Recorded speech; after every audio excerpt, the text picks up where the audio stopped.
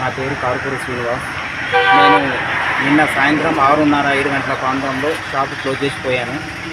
తెల్లవారి 7 గంటల టైంలో వచ్చేసరికి షాపు మొత్తం పగలగొట్టి ధ్వంసం చేసి ఉంది. ఏం జరిగిందనేది 17,000 రూపాయల డబ్బులు పోయినాయి. ఒక 4-5 హెల్మెట్స్, సిగరెట్ బాక్సులు, మిగతా వస్తువులన్నీ ధ్వంసం చేశారు. పోలీసులు సీసీ కెమెరా చూసి తగిన చర్యలు తీసుకోవాలని కోరుతున్నాం. గతంలో కూడా ఈ శంకరపట్నం మండలంలో చాలా దొంగతనాలు జరిగాయి. ఇప్పుడు మాలాంటి చిరు వ్యాపారుల సుతం సెక్యూరిటీ లేని పరిస్థితి ఉంది. పోలీస్ స్టేషన్ పక్కనే మా షాపు. ఇక్కడే ఇలా ఉంటే మిగతా షాపుల పరిస్థితి ఏంటి?